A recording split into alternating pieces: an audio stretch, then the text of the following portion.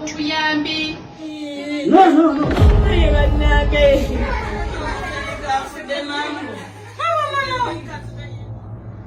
Attempts of rape, torture, mental instability, and death.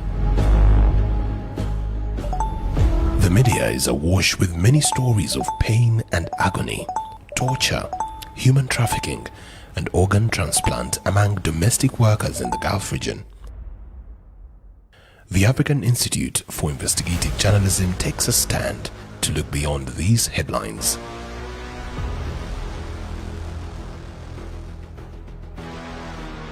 Barbara Maureen Kalumba is a mental health practitioner and counselor. During her 15 years of work, she has had several counseling sessions with domestic workers who have returned from the Gulf region struggling with mental health and psychosocial issues. She wants to get to the bottom of the issue of labor externalization in Uganda. Barbara is going to walk us through the journey of the plight of domestic workers in the Gulf region. So I got interested in knowing what exactly triggers these issues. Is it something that the girls are exposed to that actually triggers their mental health challenges, or there are underlying issues that the girls have but they're never assessed nor addressed, and hence when they're exposed to more stress or more pressure, then they erupt into mental health episodes and presentation. So that triggered me to really work on this story. According to Uganda's Ministry of Gender, Labour and Social Development, between 1,500 and 2,000 migrant workers are leaving the country every month. A mass exodus of young girls and boys leaving Uganda on a daily. These are destined for different locations across the Gulf and other European countries. They all exit through Uganda's main border post, Entebbe International Airport. The Aviation Authority keeps a record of the migrant workers. When we look specifically at migrant workers to the Middle East and the other destinations like Turkey, India, Iraq and Lebanon, we in 2020, the year of COVID, facilitated just about 200 migrant workers. In 2021, the airport facilitated about 2,100 migrant workers. Then the number rose in 2022. Just between the period from January to August 2022, the number of migrant workers facilitated through the airport rose to a total of 64,000 migrant workers, of all the other total number of passengers that I've mentioned. So we notice that after COVID, there has been an increase in the number of migrant workers, the bulk being female. When you look at that total number held in the first part of 2022, of the 64,000 migrant workers facilitated from January to August 2022, 59,000 were female and only about 7,000 were male. So the majority are female. This bulk of girls leaving the country will be the center of the investigation. This investigation will seek to answer three questions. Why are the girls on the go? What happens in the Gulf region?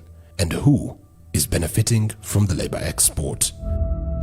The findings will shock you. Labor externalization business is lucrative and highly risky.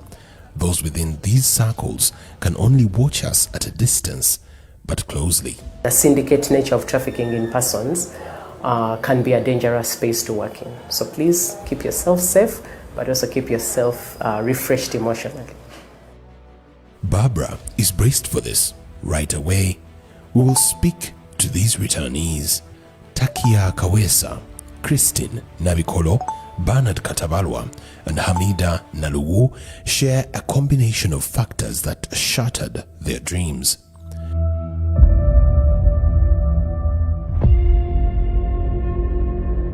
"22-year-old Takia Kawesa has just returned from Saudi Arabia. She had developed severe health complications. When I reached the hospital, they told me they found I had a chest blanch toxicity. That is a disease that affects the chest and by chemicals. Yeah, it is brought by too much chemicals you use in your daily life, in your, to clean or to do something. They recommended me to get the inhaler, that hand inhaler. I could get it, I accepted. She now stays with her parents who are supporting her on her recovery journey. While in Riyadh, Saudi Arabia, Takia complained of chest pain, headache, and fever. With dyspnea, Takia had a heavy work schedule, which could have taken a toll on her. I was working in a 3-floor house. In that 3-floor house, you have to clean the upper, the second one, and the first one. That woman never wanted to see you sitting there. Even if she could see me on my phone, she could say, come and clean here. Even if I was on my phone, she hears like I'm on phone, she could say, come and peel the onions. You have to do something. Her stay in Saudi Arabia was short-lived. For only 8 months, Takia couldn't freely tell her story. You can't be glorified when you have no story to share to someone and you put on the table to see that you tell them, I passed through this. You haven't risked yet. But when you risk, you take the risks. When you take the risks, you get the story. She feels devastated. The first time I got into depression was the first day they told me I won't give birth. And the second day, it was the day they told me I have a spot on the kidney, and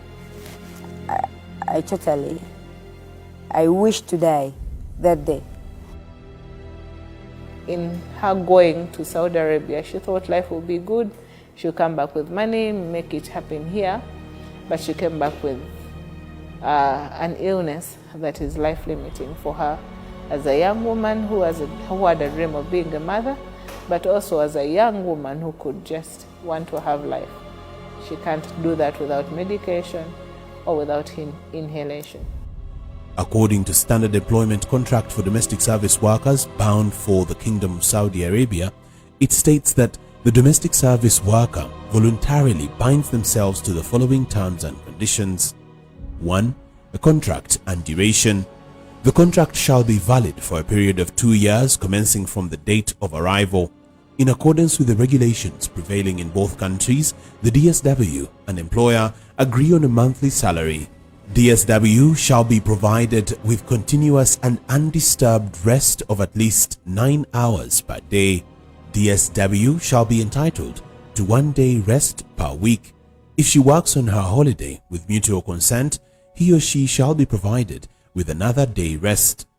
The employer shall pay for the transportation of the DSW from the point of origin in Uganda to the site of employment and back to such point of origin in Uganda upon expiry of the contract. He shall ensure that DSW is repatriated in time. Takia Kawesa can only read this contract. None of the terms in it was followed to the letter. She is lucky to be alive.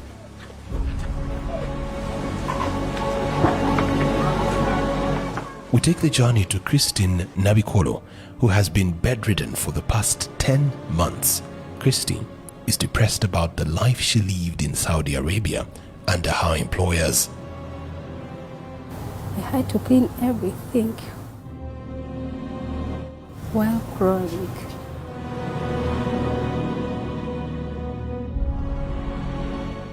I even asked God to take me because it was too much. In February 2021, Christine left Uganda for Saudi Arabia to be able to fend for her family back home. But while on duty, she developed kidney failure, which has caused sore wounds on her thighs and legs. Her dream in the Gulf got shattered at this point. I have dreams. So I thought when I go there, I'll change my life. So I have friends. They went there and they came back. They are now good. I thought maybe I'll be lucky to change my life. but unfortunately, couldn't. Kristen returned a year later to this sickbed. Her mother can only do so much. They are now stuck with medical bills to the tune of close to $10,000. Sirina busobozi bwonna naye bwe ntunuulira ennyo ssente ezo sirina gye ŋŋenda zijja ne bwe mba ŋŋamba nti nkola sirina mulimu. Her employers have not been forthcoming in her call for help. According to Statutory Instrument 62 of 2005, an employer shall provide every migrant worker insurance which is applicable to the host country, and the proceeds or benefits from insurance cover shall be payable to the designated beneficiaries. Kristen is only living on hope. I love my life. So I just pray to God that He give me, let me call it, second chance.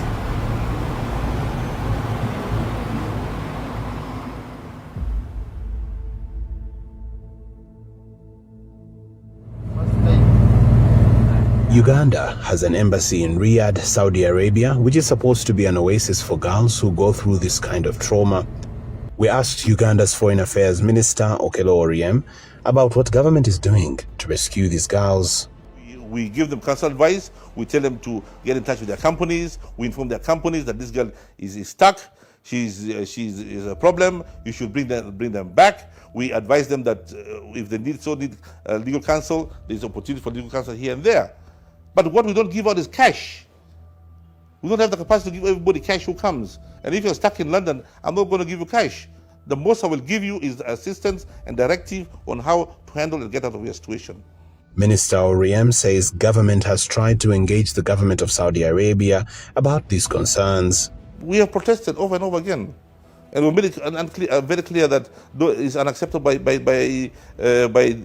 this government for what's been done to its citizens.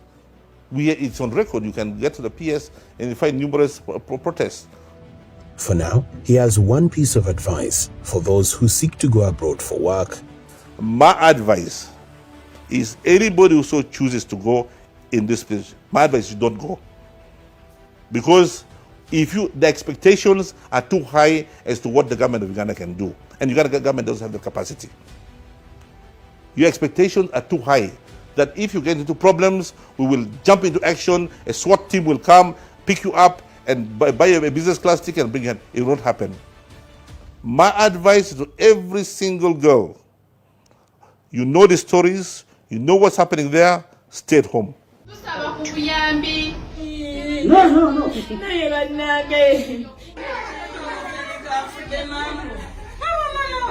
Many girls across Africa have lost their lives while in domestic service in the Gulf region. Abdallah Kayonde is an activist advocating for the safe return of migrant workers who are stuck in the Gulf. His organization works with laws to file suits against the contradicting agencies and push for compensation for the returnees.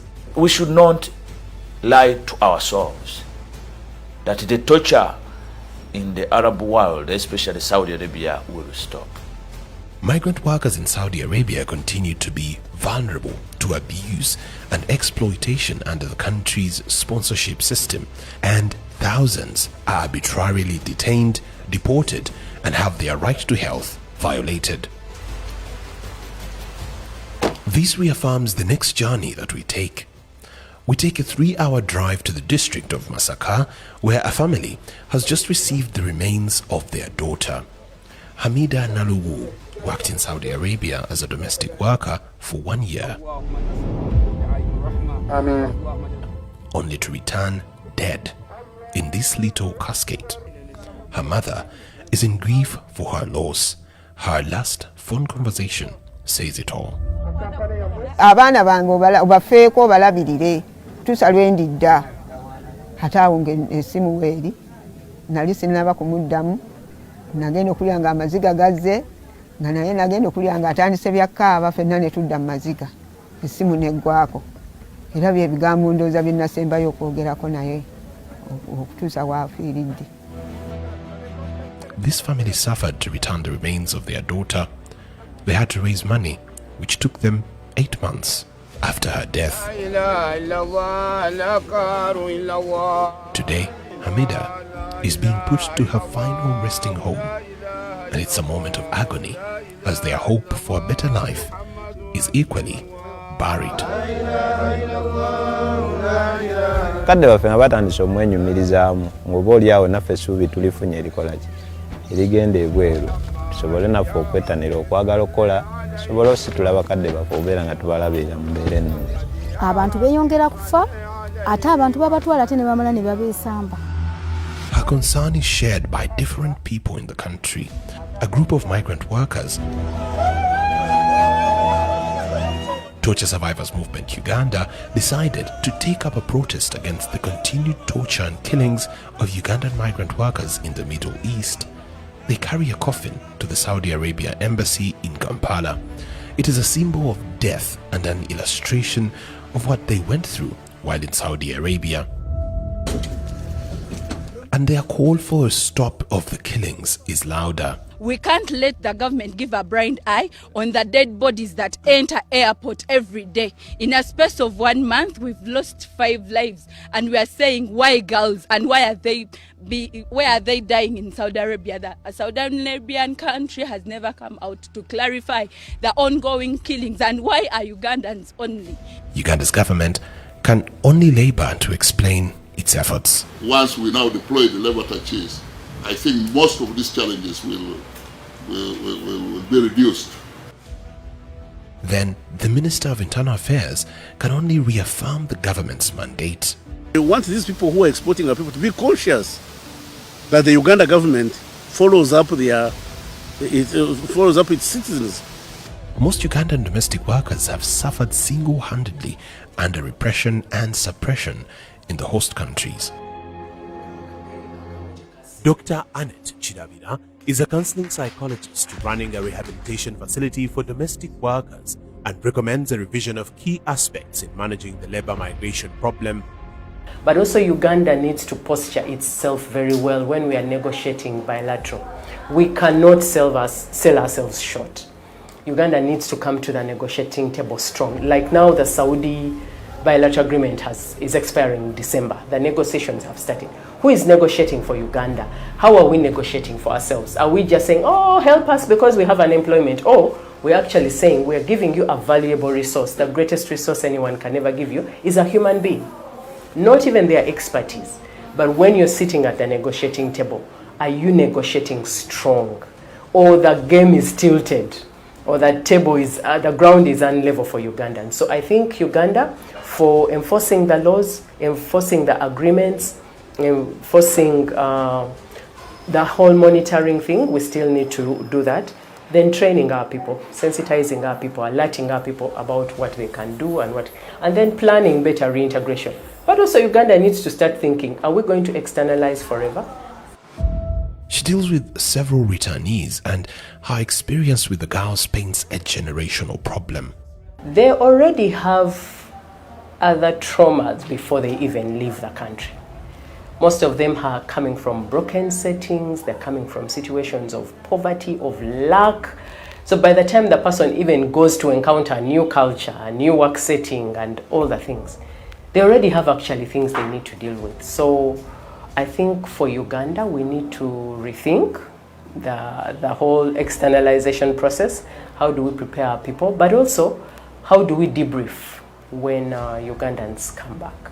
And remember, they're coming back to a setting that most of their settings haven't quite changed. But also we are aware of those who have come back and their families maybe squandered the little remittances they sent back, their children never went to school. In one way or another, some of the people who have been externalized, when they come back, they are worse than they left. So those are some of the challenges. Now, that is not to say that people are not free to migrate and work, but I think we really, really need to look into preparing people to go out there and work, but also preparing them to reintegrate. I think reintegrating has become a bigger challenge than we had anticipated.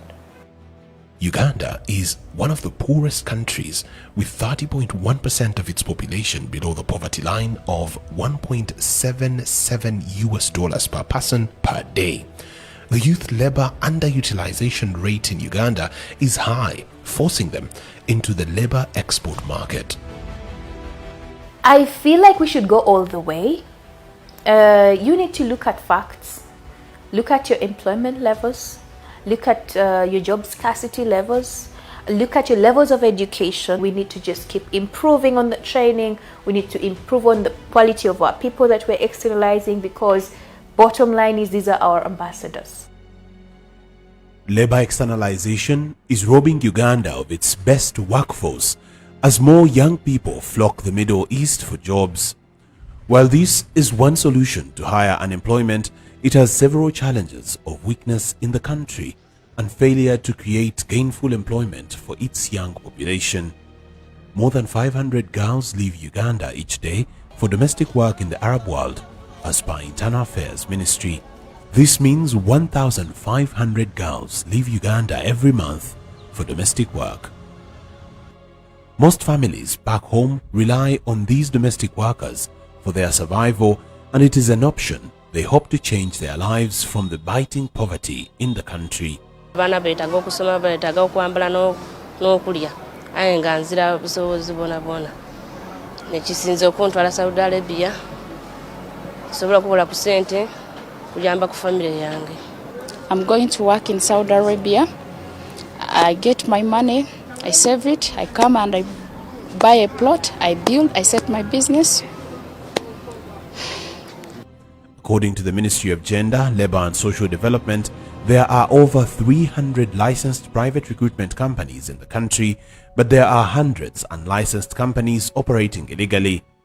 The recruitment agencies are tasked by employers to find candidates for vacant positions within their organizations to save time and money and access the extended candidate to a direct advert and company network. These companies work with human resource agencies in the Arab world, like Tamkin Human Resources Company in the Arab world. Tamkin provides employment services and professional solutions to the Saudi market in accordance with the requirements of the Kingdom of Saudi Arabia. It has several branches across the kingdom. It is one of the biggest human resource agencies that provides hourly domestic labor for monthly, business sector, medical sector. Labor externalization is a rigorous process but systematic. We detail how domestic workers leave the country and break it down for you to understand how it's run. This is an animation of the journey to Saudi Arabia. A girl or boy in need of a job will make inquiries from a labor externalization company for any available job slots or employment opportunity. At times, these workers are identified by companies' agents within the villages and referred to the different companies. The companies will then give the girls or boys all the necessary requirements for them to be able to qualify for the opportunities to travel. These include a valid passport, primary medical checkup, and depending on which agency, you are required to pay a certain fee to facilitate your recruitment process. At this point, you are required to take a full-frame photo dressed as a Muslim. Girls are expected to fully be veiled. These photos are sent to the potential employers in Saudi. The girl will now return to their homes for an opportunity to break. When one is got, the company will alert them through a phone call. This could take some time, ranging from a month or more, though at times it could be less waiting time. At this point, we are closer to the much-awaited opportunity. The girls are now given standard employment contracts for domestic service workers in the Kingdom of Saudi Arabia. They have them signed, and at this point, they stay at the recruitment companies and are not expected back to their homes. The cake gets sweeter when the pre-departure training comes in. Here, they are oriented into the life of Saudi Arabia and given a sneak peek of what to expect. In the meantime, they will go through routine medical checks a day or two to the departure date. Here, they will do pregnancy tests, COVID tests, blood tests, HIV tests, and a full blood screen and body scan. It is the D-Day, and and the girls are clad in their branded uniforms of the receiving recruitment agency in Saudi Arabia, and this is the moment most of them have been waiting for. Off they fly, off to the Arab world. Its dreams come true. Harriet Nachiwala Chimera is the Chief Executive Officer of Diamond Roses Limited, a labor externalization company, and is taking these girls all the way to Saudi Arabia. They are going through orientation before they depart for their dreamland. Yeah, my dream is to get a good business. Then I go because I want to become a lawyer. Okugenda Saudi nasooka kirowoozaako. Kati nemmalira kye tuyita nniya mu busiraamu nemmalirira. Kati ndi mmalirivu okugenda. I can't trust my dad with their things. I want my own. That's why I want to go to plan for my future. In 2018, the Uganda government signed a labor recruitment bilateral agreement with Saudi Arabia to allow Ugandan professionals, manual laborers, engineers and welders to seek employment in the kingdom. This was an effort to clean up the recruitment sector in both countries. However, the business is not a bed of roses. Out there are cartels of human traffickers, cartels of human traffickers. While we have organizations like IMO and IOM, we have the UN behind us, they're doing their best to see that they streamline migration of labor. However, traffickers have made it very impossible to have a clean system. According to the pre-departure orientation for Ugandan workers, IOM UN Migration provides a training manual with 9 program units which should be covered in a period of 14 days. The program units are detailed in the manual to highlight 1. Introduction to pre-departure orientation training. Here, they are expected to go through 5 sessions which include mindset and behavior, personal and psychological well-being, foreign language and communication, work ethics and conduct. 2. Employment contract, laws and regulations. 3. Job specification. 4. Destination country. 5. Financial management. 6. Migrant support system. 7. Smart easy travel and behavior. 8. Health and emerging issues. Considering the village background and education, this is a lot of content to grasp, and in most cases, this content is left on paper. The truth is, we cannot do each and everything within 14 days because most of the people we get are really, like, we get a lot of people who are completely illiterate, who have never gone to school, like who have never come to town, they don't know even a bulb, a mere bulb, they've never seen electricity, they've never seen any form of civilization. But what we do, at least we introduce you to this modern, a little bit of modern world.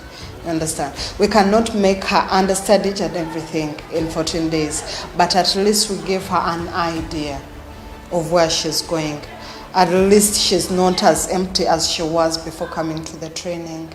Maybe a bit more long-term training might help, and if in that training you're factoring in mental health support, teaching people more about themselves and dealing with their challenges before they leave, that might be better.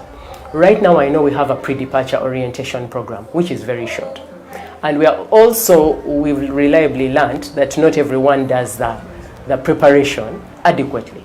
So all those are gaps that we can fill. In the destination countries where they go to work, I don't know how we can factor in mental health support. Just like somebody would have medical insurance and they can access all services. But on return, I think as a country, we still have a gap in tracking who has returned, even if they've not been in trafficking in persons. Let's say you went to work, you completed your 2-year contract and you're returning. We don't have a system yet that tracks every returnee, and then we don't have a program that can support returnees. Okay, you've come back. Do you debrief? Do you speak to somebody? How do you get supported? I think we still have a long way to go.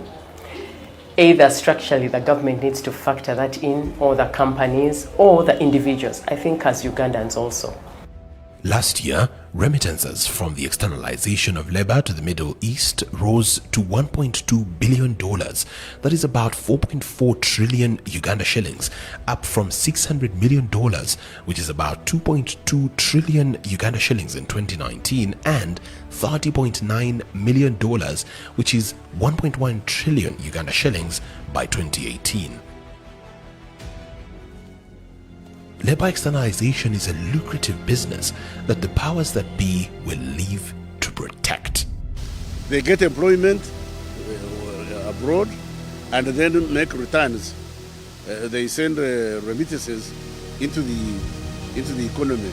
Defensive and excited about the remittances. Only excited about the remittances. Oh, we are getting money. Hello, those girls are lying. Actually, they don't know all what I'm talking about. And they choose wrong people. Wrong people.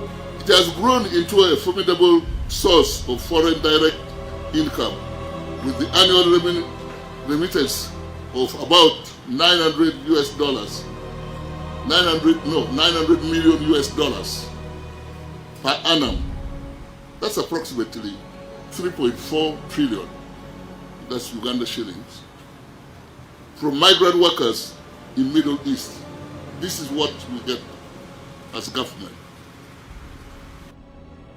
It's a bitter pill that we will keep swallowing as a country, with undertones of corruption and dubious underworkings across the chain of operation.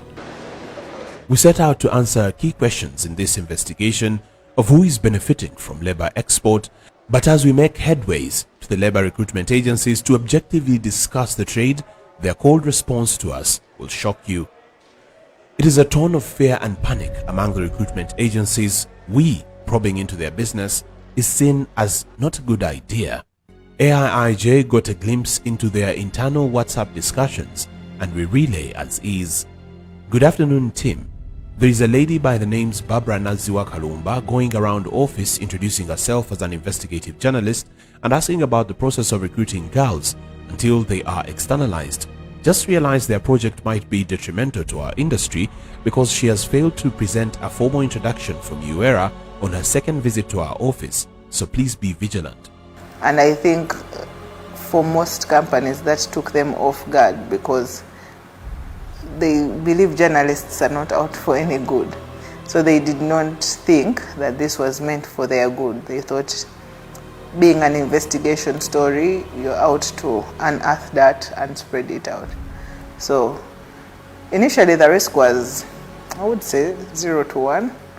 But after that call went out, because one of our sources called me and said, you've been put on a red alert, so you need to lay low for some time until the dust cools off.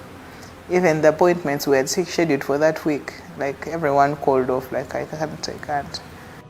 We are further stunned by our key source in the investigation, who immediately cuts communication. Good morning. I'm not going to be able to do the story. This case is about my life, not my job. I want to stay alive.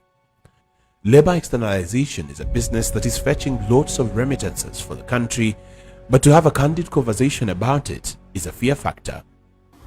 It's a risky business. The people that are running this business, I think, know more than what meets the eye.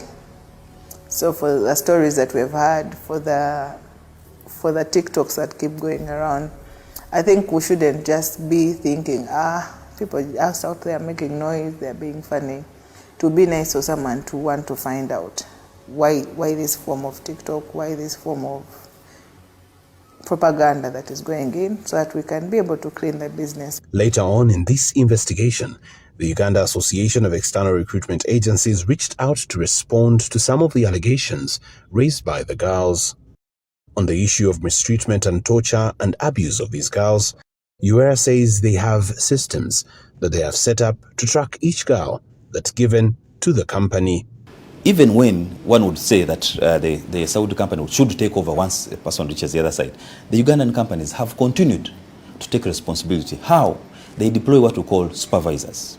Companies deploy for every 100 migrant workers or domestic workers, in this case they send what we call a supervisor. The role of this supervisor is to ensure, to check and always be informed about the status of the people that have traveled. So should there be any case, these people should be able to contact the supervisor, but as well as the company. Now, the people who go to work, or these ladies, have smartphones because it's a right based on the bilateral that the government signed, but also the contract that they signed. Now, at any point, the use of this phone is to be able to communicate, both to their homes, to their families, but also to the company here in Uganda, but also the company in Saudi Arabia, should there be any need, or should there be a distress registered. So those are the channels, some of the channels that we use. But that aside, the companies go ahead to form what we call welfare committees or welfare groups, whose role is to always supervise and get to know the status of these people. Yura says that the government of Uganda must do more to protect Ugandans working in the Gulf by recruiting labor attachés at the embassy. We all know that when you're in a foreign country, the embassy takes over your presence in that country. Now, what does the regulation say? It says that, well, in that country, the foreign embassy or Ugandan embassy, in Riyadh, is supposed to have what we call labor attachés. Labor attachés are supposed to supervise or monitor the well-being of these Ugandans in that country, Saudi Arabia. That is a gray area, because when you look at the other countries that would envy or would wish to be working more or less at the same pace, for example, countries like Philippines, they have labor attachés and other staff, support staff, in almost every major city in Saudi Arabia. That is lacking for the Ugandan side. And of course, our prayer is that this money that we pay, the $30, remember that I talked about, for every job vacancy that we get, should be plowed back in this sector. So that money, since it comes from the same sector, should be used by the government, because remember, we are deploying these people based on the bilateral that they signed. So it should be used in that country to supervise, to monitor the well-being of these people. The responsibility of these girls should be actually the responsibility of the companies that take them there, not the responsibility of government. Because within the terms of taking them there, it is clear that if and when they want to withdraw, those companies should be able to bring them back. And you're investigative journalists, I would urge you, in the next opportunity, to investigate these companies, why they're defaulting, or why they should not be struck off for failing to perform or hold their part of the contract. They also say that the sector, which contributed about $1.3 billion needs to be given attention. The Ugandans are in so many countries in the Middle East. We have Ugandans in Oman doing domestic work. We have Ugandans in UAE. You saw recently so many Ugandans being recorded sleeping under trees, most of them having gone to do this job of domestic work. We have Ugandans in Bahrain, we have Ugandans in Qatar, we have Ugandans everywhere. What would wish, or what the government should have done, is to sign more bilateral labor agreements with these host countries. Why? When one has traveled through legal means, or what we call regular migration, someone is responsible. And that is our wish, that let the government of Uganda streamline this sector. Have people travel through the rich channels, have someone or a company responsible, which is missing. Because when you look at the Ugandans in those other countries, you cannot ask me what is happening to someone in Oman. But you can comfortably ask me of what is happening to someone in Saudi Arabia who has gone through a company A that is licensed. And that is the missing gap. So the other countries, we request the government of Uganda, that's something that they should look at very seriously. Have these bilaterals with these other countries signed, so that whoever wishes to travel, because very many Ugandans have benefited from this. Very many Ugandans have changed their lives. You look at someone who can barely read, some of the people that are externalized can barely read, but this is someone going to earn 900,000. We have so many graduates who are also going through to do this particular job and earning that money. He's a 60% shareholder with Global Skills International Limited. He's believed to have quit the business over concerns of the wrongdoings. Back then, he ran the underworld of human trafficking. I left this business. Now it is coming to 5 years ever since I left. But I know how it works, and most of them are in my contact. We normally call each other and we talk. We call each other for tea, drink, and we move out. Reveals how a cartel is involved in human trafficking and how it works.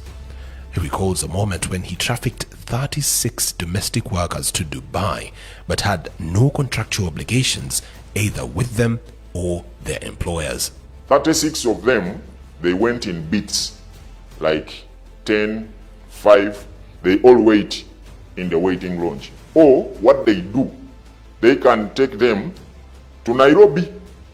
They fly from Uganda to Nairobi. For example, by then we use the KQ. They send them to Nairobi and wait from Nairobi. Because the official flight that connects you to Dubai is at exactly 7 p.m. Now we waited, the team moved, another team moved, another team moved. We went in bits. Then me, I remained behind. I was supposed to go in last until when I see that each and every one has crossed over. And they go. He alleges that it's a game of compromise at the airport. There are smart guys who can connect them to the airport. If you get the visa verifiers or the ticket verifiers, they will connect you to the immigration officer who is going to look into your passport to see whether you have the genuine visa or the ticket is okay. And then the security officers, for example, ISO is at the airport and CMI because of the security reasons. Now, this person, the visa verifier, will connect you to these two people. He will just inform them, these are my people. And they will charge you in between $150 or $100. That money will be shared between these two or within these three people. The immigrant officer and even the immigration officer and the ISO or security or CMI officer. Each one can take 100K from each person who is moving out of the country. Ugandan authorities like the Civil Aviation Authority are put on the spot for aiding this modern-day slavery. We put this to them. No, we treat every case on its own merit. Whenever there is an allegation or claim, we believe in investigating it to its logical conclusion. The good thing is that we do not work in isolation. We have all the state security agencies represented at Entebbe International Airport. From ISO, CMI, and all, they have representation at the airport through joint security operations. We will refer to the latter. We take our journey back to Bernard Katabalwa. Bernard is trying to pick up the pieces after spending 2 years in the United Arab Emirates undercover. After here, I'm heading to Abu Dhabi. Video recording his life as a cleaner. This was after he failed to find employment in Uganda and opted to explore opportunities in the Arab world. If I can let people here home know that people out there ain't doing well like they think they are doing. So I said, okay, let me go collect some footage, do an investigative documentary. Though I centered it to me, I became the subject. I try to cover myself, do all that as the subject. Bernard returned to Uganda in 2020 and as an ambitious journalist put together video content from UAE, and we will exclusively, for the first time, show you inside the UAE. Sleeping. An assistant doing the laundry. Bernard had a daily routine of cleaning and heavy work, filthy work, combing the stained water sinks and unflushed toilets to heavy loads. This locker is heavy. Believe, heavier than me. But I have to get it out of the building. And at that point, while you're taking that locker down, what was going through your mind? Giving up. Yeah, I felt like giving up. Unfortunately, I needed the money. I couldn't just go home. Give up work and go home like that. Because if you don't deliver, it means you can't work. You go back home and compensate the company. Bernard's experience also reveals the injustice of mistreatment of domestic workers here. They shout, They shout, they're good at shouting. They don't communicate. No, they shout. They shout. If you show tempered, you can slap someone. They shout. With no proper cleaning garments, Bernard went through a cycle of health complications which worsened his stay in the Arab world. The content of acid in this chemical is enough to peel off your skin in just one day if in contact with it. Sometimes gloves break. Sadly, his health insurance couldn't help. He had to meet his medical bills. But more stunning is the disrespect of his health leave to be able to get proper medical attention. I just need to take some rest, like around 5 minutes, I think. I'll be resting. The doctor gave me a sick leave of that very day. It expired on that very day. I went at 4 p.m. The sick leave was that day. I went, meaning in the morning, I have to report for work. You miss more than a week, you're subjected to going back home. And though with some penalties.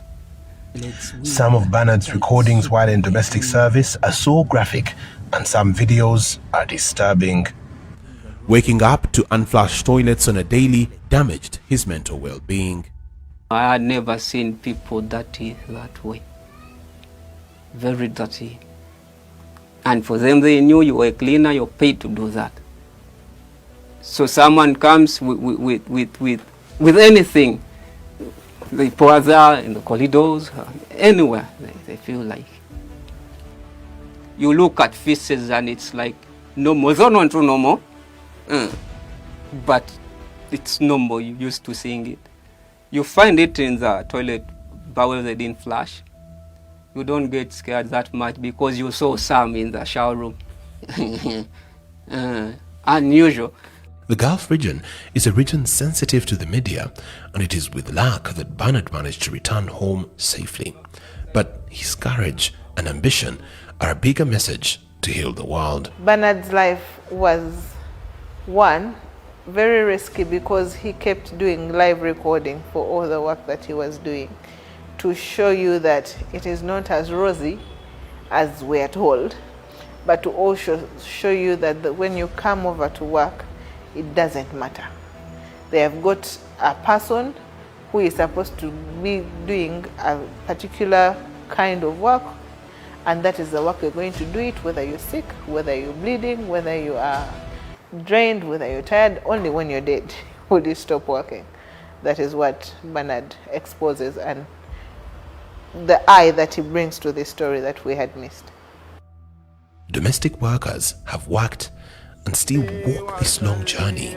Its feelings of devastation, shattered dreams, against hope. Going there as a Muslim, I thought I'm going to find an easy place, an easy home to stay and work from, but it broke me the most. For us, we stand here by God's power, but they can shoot us any day. Once a person is alive and they are still functioning, then they are of much help to us than when they are dead or wasted. On the go, the dark side of labor externalization.